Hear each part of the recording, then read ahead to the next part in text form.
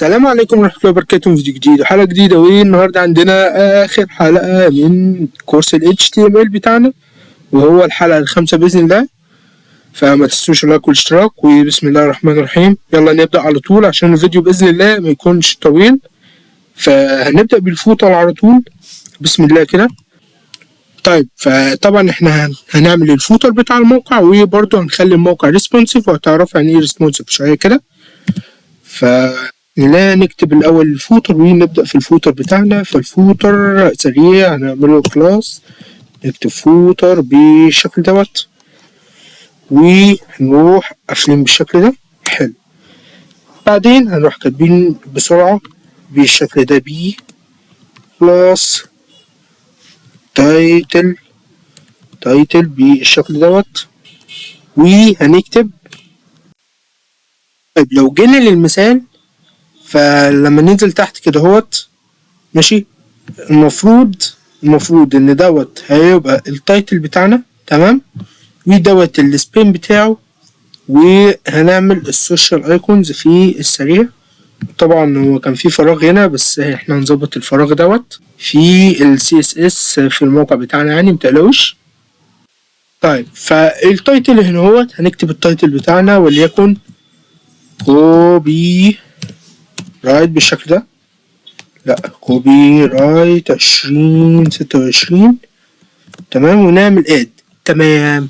بعد كده نروح عاملين سبين، عشان الحتة الجاية ديت السبين عايزين نعدل عليه لوحده، عايزين نعدل على كلمة معينة لوحدها. فطبعا احنا متعودين عشان نعمل كده لازم نعمل سبين. فسبين بالشكل دوت، ونروح كاتبين اسم الموقع. كويس اوي.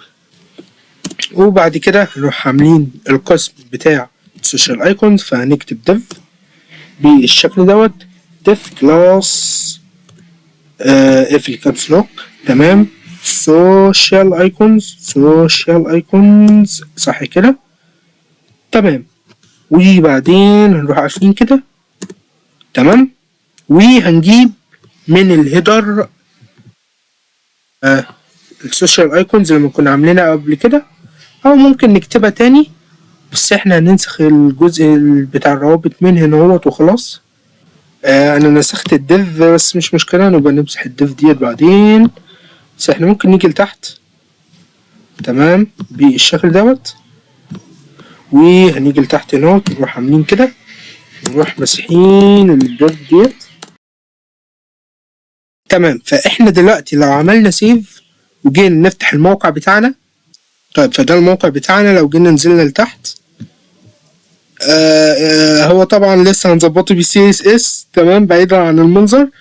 بس ادي السوشيال ايكونز، وادي الكلمة الكبيرة، بس انا عايز ازود، خليها كوبي رايتس، تمام، عايز اخلي دي كوبي رايتس، تمام. فكده خلصنا في السريع ال HTML بتاع الفوتر. فندخل على ال CSS بتاع الفوتر برضو. طيب فبسم الله نكتب دوت فوتر بالشكل دوت. لا، انا عايز اعمل قوسين، منساش قوسين، ماشي. الباك جراوند كولر هخليه اللون ده دارك، في واحد اسمه دارك ستيل بلو او سليت بلو، دارك سليت بلو هو ده، تمام. وبعد كده نخلي الكولر بتاع الكلمة نفسها، طبعا احنا كنا بنعمل الكولر بتاع الباك جراوند، خلي الكولر بتاع الكلمة نفسها وايت، مش هنتفلسف فيه كتير برضو. وبعد كده هنروح جايين عند البادنج. طبعا ما تنسوش الفيديو بتاع الفروقات، تمام، اللي انا نزلته بعد الفيديو الاخير، تمام. ما تنسوش الفيديو ال50 ثانية البسيط دوت اللي انا كنت عملته. وبرضو اتمنى ان انتوا تكونوا دخلتوا سيرفر ديسكورد وشفتوا تغييرات، يعني او الفروقات، يعني اكدتوا عليها برضو، تمام. طيب فالبادنج هيبقى 2 EM بالشكل دوت، تمام. الديسبلاي هيبقى فليكس، تمام. بالنسبة للجاستيفاي كونتنت، وقلنا ايه الفرق بين جاستيفاي كونتنت والالاين ايتمز برضو، تمام. فالجاستيفاي كونتنت في السريع هيبقى سبيس بتوين. كويس اوي. بعدها هنظبط الويتس، فالويتس بالشكل دوت، والويتس عشان يبقى مفيش مشكلة هنخليه 122.2 122.2 ماشي بالشكل دوت. تمام. وطبعا لو في مشكلة في الويتس تقدروا انتوا تظبطوه برضو من عندكم. تمام كده خلاص، كده خلاص خلصنا الفوتر نفسه. هندخل على الفوتر تايتل، ندخل على التايتل نفسه اللي هو الكوبي رايت سبين. تمام. هندخل الاول على حكايه الكوبي رايت 2026 دوت، بعد كده هندخل على السبين اللي هو اسم الموقع اساسا يعني. تمام. فدوت فوتر تايتل. تمام. وبعد كده نفتح قوسين بالشكل دوت، وبعد كده هنخلي الفونت سايز بتاعه 1 EM بالشكل ده، وبعد كده هنخلي الفونت ويت بتاعه 600. تمام كده ظبطنا بس الابعاد بتاعه الفوتر تايتل. طب احنا عايزين ندخل على الفوتر تايتل سبين دوت فوتر تايتل سبين بالشكل دوت، وهنروح فاتحين قوسين برضو. فالكولر هخليه حاجة اسمها كودد بلو. طيب فلقيت اللون تمام. طيب فطبعا الفوتر تايتل سبين هيشتغل على ابعاد الفوتر تايتل عادي جدا جدا جدا، لانه في الاخر تايتل برضو. تمام. ولكن انا قلت له جزء السبين دوت غير لي اللون بتاعه بس. فانا كده خلصت الفوتر سبين. فكده ندخل على اخر حاجة واللي هي دوت فوتر ماشي دوت سوشيال ايكونز. نظبط بس السوشيال ايكونز في السريع بتاعة الفوتر. فونت سايز 1 EM بالشكل دوت. تمام. وبعدين هنخلي البادنج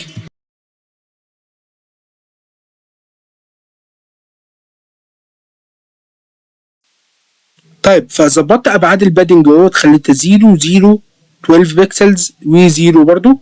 تمام. فكده خلصنا الفوتر، ويتبقى حاجه اسمها ريسبونسيف. بس تعالوا الاول نشوف الفوتر بتاعنا بقى شكله عامل ازاي. طيب فالويتس زي ما انتم شايفين يعني غيرته وخليته القيمه ديت. تمام. وظبطت الويتس بتاع الموقع كله عشان يبقى بالشكل دوت. تمام. هو في سكرول هنا هو رخم بس مش مشكله قوي، السكرول الافقي ده بس مش مشكله كبيره. تمام. فطبعا في ملفات كتيرة هنا اهوت انا حطيتها لان انا بدأت اكمل الموقع خلف الكواليس كده. فهندخل على حاجة دلوقتي. بمناسبة خلف الكواليس ثواني لان انا خلاص مش هظهرها في الكورس يعني، فبعملها مع نفسي خلاص. لان الكورس كده خلص كأساسيات يعني. دي يعني تقدر بقى انت يعني كمبرمج تعمل الحاجات دي براحتك دلوقتي. عايز اقول معلومة يمكن حد يحتاجها، وهو ان انت تقلب الزرار اخليه ينقل لصفحة تانية. يعني ايه ينقل لصفحة تانية؟ يعني انا دلوقتي مثلا عندي الموقع اهو، لو رحت الكورسز مثلا عندي اختار كورس الويب ديفلوبر اللي احنا بنشتغل عليه.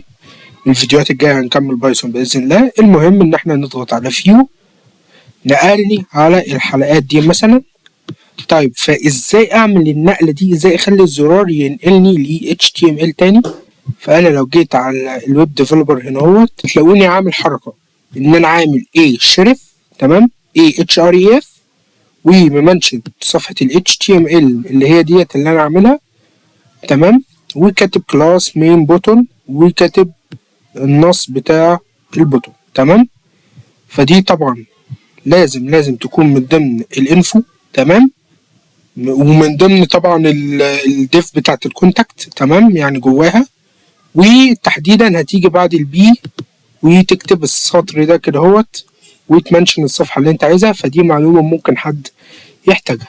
المهم والأهم إن احنا ندخل على الريسبونسيف.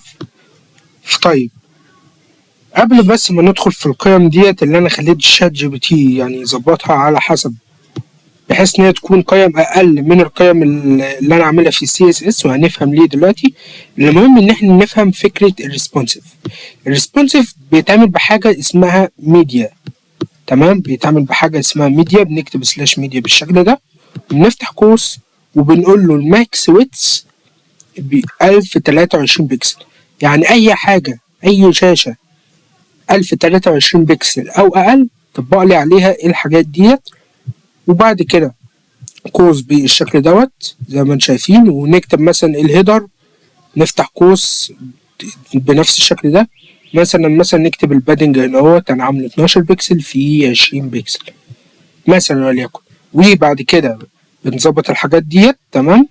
وبنيجي على يعني نعمل ميديا كمان للشاشات اللي هي 641 بكسل فاقل ونظبطها.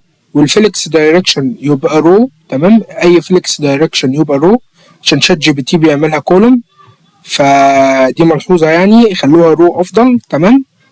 عشان الدنيا ما تبصش.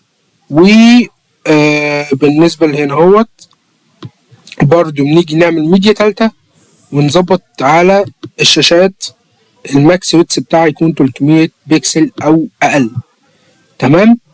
فالميديا اسمها ميديا كويري، بنعمل حاجه اسمها ميديا كويري، هي دي طريقه عمل الميديا كويري. السطر ده كده بالاقواس بتاعته، تمام؟ تمام. طيب كده احنا نكون فهمنا نوعا ما، بدأنا نفهم يعني ايه الريسبونسيف اللي انا عملته دوت، تمام؟ نفهم اكتر شويه. دلوقتي الموقع بتاعي لو انا جيت عملت الثلاث نقط دول وجيت عند وليكن ماي تولز، ايوه، و ديفلوبر تولز، تمام؟ لو ضغطت على علامة الشاشة اللي هي كانت شغالة اساسا من الاساس، طيب ده مثلا هيكون شكل الموقع على الايفون اس اي مثلا وليكن، تمام؟ فهو طبعا هنا هو مش رو خالص الموضوع يعني، تمام؟ لان الشاشة صغيرة فمش هشتغل الرو. طيب لو جينا نشتغل على مثلا، لو شغلت الموقع على سامسونج جالاكسي A5 او A71 مثلا، هيكون ده شكل الموقع، تمام جدا. فهتلاقوه ظابط على اغلب التليفونات يعني، تمام؟ تمام. فعشان كده يعني ايه المفروض القيم اللي انا خليت شات جي بي تي يعملها ديت، او خليت الذكاء الاصطناعي يظبطها، انا اديته السي اس اس كله وقلت له اعمل الميديا بتاعها بقيم اقل شويه تناسب الشاشات. طب ايه القيم وايه الكلام ده كله؟ مثلا انا دلوقتي كنت عامل الهيدر فوق، لو رجعنا عند الهيدر فوق او مثلا البادي، بس احنا مكناش شغالين على البادي فعشان نفهمه اكتر نوعا ما نيجي على المين اتش 2. المين اتش 2 مثلا وليكن انا عاملها بالنسبه لي الشاشات اللي هي 641 بكسل فاقل مثلا، كنت يعني عملتها نوت 1 اي ام او شات جي بي تي عاملها 1 اي ام بالنسبه لي المين اتش 2 فونت سايز 1 اي ام. طيب المين اتش 2 احنا كنا عاملينه فوق كام اصلا من الاساس؟ لو طلعنا فوق المين اتش 2 كنا عاملين الفونت سايز 1.4 اي ام، تمام؟ فطبيعي ان تحت يكون اصغر شويه عشان الشاشه اصغر، تمام؟ اقل من 641 بكسل. فدي يعني نفس الحكايه، تمام؟ هي دي الفكره باختصار، ان القيم تبقى اقل شويه بحيث ان الموقع يبقى شكله حلو. فانا بالظبط اديت السي اس اس كله دوت للذكاء الاصطناعي او شات جي بي تي، قلت له ظبط لي انت القيم ديت وخليها بقيم اقل بحيث ان هي تناسب الشاشات وتتعمل ريسبونسيف. بس الريسبونسيف عايزه مناسب برضو للسي اس اس، يعني لازم تقول له كده عشان ما يطلعش قيم غلط. وبرضو اي فليكس دايركشن هو بيعملها كولوم تخليها انت رو، تمام؟ بس طبعا طبيعي ان جاستيفاي كونتنت مثلا نافيجيشن خليتش جاستيفاي كونتنت سنتر، او هو اللي خلاه سنتر، احنا عايزينها كده، عايزين الويدث 100%. الجاب كنا عاملينها فوق 20 بكسلز على ما اظن، هو الهيدر عمل الجاب بتاعها 10 بكسلز، تمام؟ لازم يقل شويه طبيعي عشان الشاشه. فبس هو ده الميديا كويري، هي دي فكرته، عشان الموقع يبقى شغال على كل الاجهزه، تمام؟ فبس اظن مفيش حاجة تاني غير ان انا عملت بعض التعديلات برضو في الموقع هنا اهوت وعايز اقولها. طيب فبالنسبة انا كنت قلت ان انا عدلت الفوتر ويتس صح؟ عدلت انا اهو. انا عدلت كمان السكشن بادنج. تمام.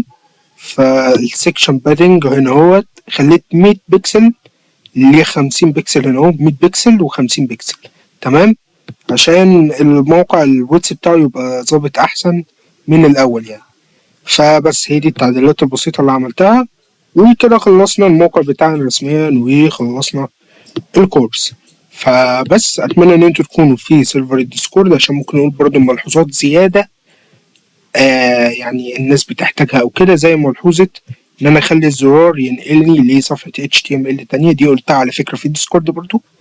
اتمنى ان انتوا تدخلوا الديسكورد برضه. اتمنى ان انتوا تتابعونا على قناة الواتساب في الوصف. وبس اشوفكم في فيديو جديد او في كورس جديد بقى. خلاص خلصنا ال HTML و CSS. باذن الله الفيديوهات الجايه هنكمل بايثون زي ما احنا عادي، وبعد كده بحيث ان احنا هنخلص مستوى اول بايثون. تمام. وبعد كده ممكن ندخل في الجيم ديفلوبمنت ولا حاجه، ولكن بالنسبه لكورس ال HTML احنا خلصناه الحمد لله. فبس اشوفكم في فيديو جديد وفي كورس جديد. سلام.